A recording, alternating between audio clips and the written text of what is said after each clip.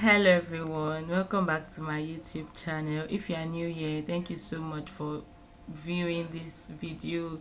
Please don't forget to hit the subscribe button, and if you are an old subscriber, thank you so much for always viewing my video. So ever since school resumed, honestly I've not been myself. Like I've not been myself, but and if you leave me, I'll never want to post any video on Saturday. But consistency over laziness, over procrastination, over any valid reason. So I'm going to show up regardless.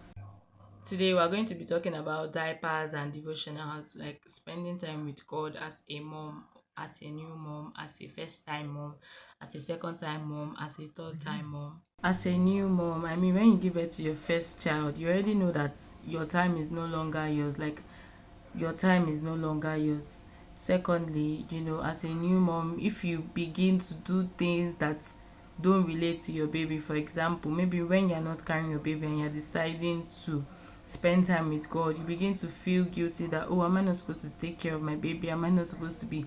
You probably hear her crying. She's with a family member. You probably hear her crying. And like, am I sure I should be here? Should I be doing this thing? First of all, I'm here to tell you that spending time with God is productive too. Let's clear that guilt. Spending time with God is productive, so don't beat yourself up. Give yourself grace. God sees and understands this season of your life. He's not a wicked God. As far he's your dad, he's the one that even gave you like the opportunity to carry this child, and you gave birth to this child in one piece. So he sees and understands that. I mean, like when you give birth, you cannot expect to, if you used to have like 3 hours of intense Bible study, intense Bible reading, intense worship and praise. It is no longer like you even if you try to do it, it's not something that you can keep up with, because babies comes with season. Probably in the first season you are able to do it, but as they grow 6 months, 1 year, 2 years, 3 years, it's probably not, you'll probably not be able to meet up with the 2 hours of or 3 hours of Bible study you used to do. So I said all of that to say God sees and understands this season of your life, so don't beat yourself up. So here are 5 practical tips for spending time with God. In this video, if you notice, I do not really go round the bush, beating around the bush. I just want to give it straight to you, because I've noticed that there are not a lot of content about this online. So I don't want a situation when somebody sees my video, they come and 3 4 5 minutes later I've still not said what I really want them to hear. No. So I'm just going to list 5 practical steps for spending time with God as a new mom. Number one, when you wake up, before you pick up your phone, speak to God. Thank God. Like, name one thing you're grateful for. Like, I know that you're trying to pick up your phone to write down things you want to do, or to even read your devotional, I know. But before you pick it up, just speak to God. Just say, oh, thank you, Jesus, for a new day. Thank you for strength. Thank you for helping me out yesterday. I know that it's not my strength. I'm able to mommy this baby. Like, just basically speak to God before you pick up your phone. That's all I'm saying. The second one, I've realized that sometimes, even me, I used to, feel like this. Let me just say, the second one, you can fellowship with God even as you're busy in the kitchen. So, some moms, let's say your church has prayers that they do early in the morning, 6 a.m., 7 a.m., and then you're feeling bad that as they are praying, you're busy in the kitchen preparing lunch, breakfast for your toddler or even your family. I'm here to tell you that you can fellowship with God anywhere. You can fellowship with God in the kitchen. All that matters is that you are not faking it. All that matters, like, this is like, you have to acknowledge that you are now a mom. I need you to understand that you are now a mom. You are no longer a Gen Z. You are no longer just a wife. You are now a wife and a mom. So if your church, maybe you've enrolled your child in a school, you have to wake up in the morning to prepare what your child will take to school. And it is at that morning that your church has prayers. You join prayers and you're in the kitchen. It's even good. Your child will see that, oh, mommy prays, daddy prays, and is also cooking. So what I do is when it's time for prayers, on some days I join, immediately 6 a.m. On some days, because I don't want to wake my toddler up, because I have things that I'm doing, I just wait for her to wake up, so that when she wakes up we can pray together. She can see that I'm praying.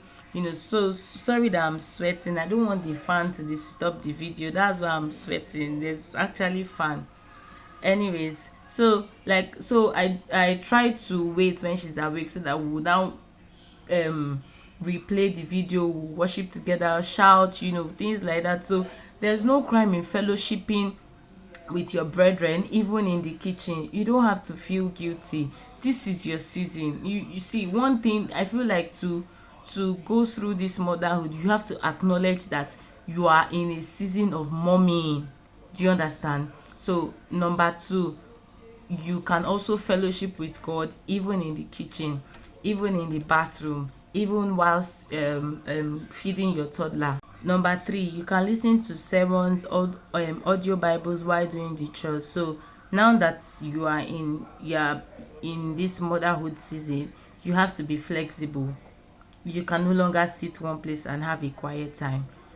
You can do that, but I'm saying that you have to be flexible. On the days when you see, I don't really think I can sit down and have a quiet time, you can listen to sermons whilst chopping carrots or anything in the kitchen, whilst hanging clothes, whilst doing the laundry, whilst attending to your toddler. Like, I'm just trying to tell you that these things, I'm so sure we do them, but it's just that sometimes you might feel guilty that I don't think I'm really focusing. No, God is not a wicked God. He's not an authoritarian that will say, oh, you're not focusing on me, abi, you are cancelled. No, it doesn't work that way for my Jesus. It doesn't work that way for him.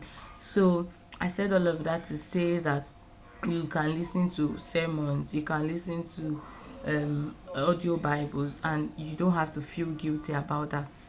So if you can ask your partner or a family member to watch your baby, so that you can just have a focused time alone with God for like 10-15 minutes, or till when you hear your baby cry. Like, if you are feeling so guilty, you can just, but the aim of this video is to make you understand that you don't have to feel guilty. Like, I need you to scrap that off your mind, that don't feel guilty. You are now a mommy, you're now a mom. So you can just tell your partner to hold on to your child, or a family member to hold on to your child, just to have 10-15 minutes, just you reliving, communing with your father. So yes, that's number four. The fifth one and the last one. So your new quiet time can be when you're changing your baby's diapers. It can be when you're feeding them. It can be when you are bathing them. Do you understand? In this moment, like, I feel like I even like this time, because they see that mommy is praying. They see that daddy is reading the Bible with them over there.